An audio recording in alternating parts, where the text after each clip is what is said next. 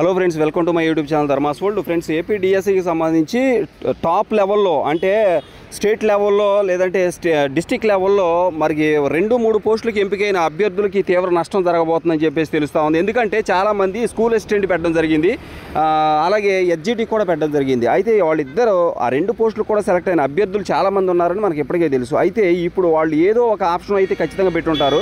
కంపల్సరీగా ఎక్కువ శాతం మంది ఎస్జిటి అభ్యర్థులు బీఈడి చేసినప్పటికీ కూడా చాలామంది బీఈడి రాదేమన్న ఉద్దేశంతో ఎస్జిటి ఆప్షనే ఫస్ట్ ఆప్షన్గా పెట్టడం జరిగింది. అటువంటి వాళ్ళకి ఇప్పుడు స్కూల్ అసిస్టెంట్ కూడా రావడం జరిగిందనమాట.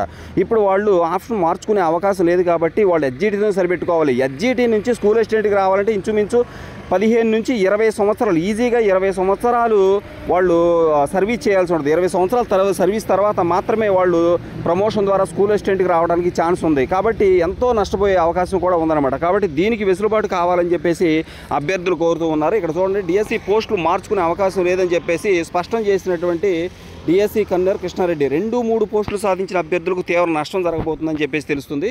డిఎస్సిలో 1 కంటే ఎక్కువ ఉద్యోగాలు సాధించిన అభ్యర్థులకు వచ్చిన పోస్టులు ఎంచుకునే అవకాశం ఇక లేనట్టే.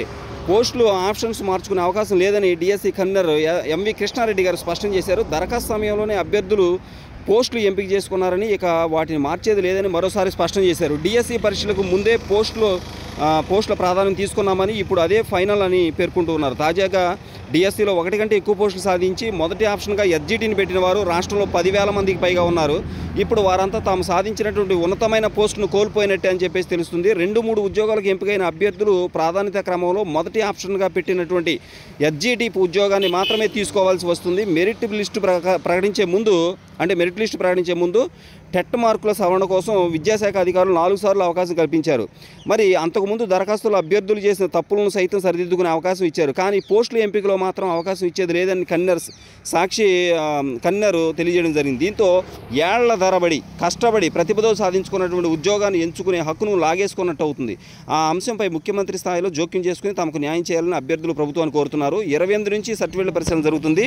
డిఎస్సి మెరిట్ లిస్టులో ఉన్న అభ్యర్థుల ధ్రువపత్రాల పరిశీలన గురువారం ప్రారంభమవుతుందని కన్వీనర్ తెలియజేశారు. వాస్తవానికి సోమవారం ప్రారంభించాల్సిన ఈ ప్రక్రియ వివిధ కారణాలతో ఆలస్యమైంది. దీంతో అభ్యర్థులకు కాల్ లెటర్లు సైతం అందించలేదు. సోమవారం రాత్రి నుంచి కాల్ లెటర్లు పంపించేందుకు విద్యాశాఖ ఏర్పాట్లు చేసింది.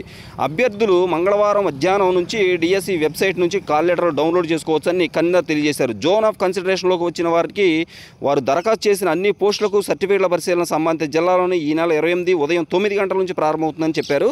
అభ్యర్థులు తమ వ్యక్తిగత లాగిన్ ద్వారా డిఎస్సి వెబ్సైట్ నుంచి కాల్ లెటర్ డౌన్లోడ్ చేసుకునే అవకాశం అందుబాటులోకి తీసుకొస్తున్నామని చెప్పేసి తెలియజేస్తున్నారు. ఇది ఫ్రెండ్స్, మొత్తం మీద ఏంటంటే మరి ఎన్నోసార్లు అప్లికేషన్ మార్చుకునే అవకాశం ఇచ్చారు, అంటే ఎడిట్ ఆప్షన్ ఇవ్వడం జరిగింది. వివిధ సందర్భాల్లో టెట్ కూడా అవకాశం ఇచ్చారు. మరి ఈ యొక్క పోస్టులు ప్రాధాన్యత క్రమం మార్చుకునే అవకాశం కూడా ఇవ్వాలని చెప్పేసి, లేదంటే తాము ఉన్నతమైన ఉద్యోగం అంటే ఎస్జిటి అభ్యర్థులు అయితే స్కూల్ అసిస్టెంట్ కోల్పోయే అవకాశం ఉందని వాళ్ళంతా కూడా ఓపుతున్నారు. కాబట్టి అవకాశం ఇవ్వాలని చెప్పేసి కోరుతున్నారు. Thank you so much for watching. Please share this video and subscribe my channel. Thank you so much.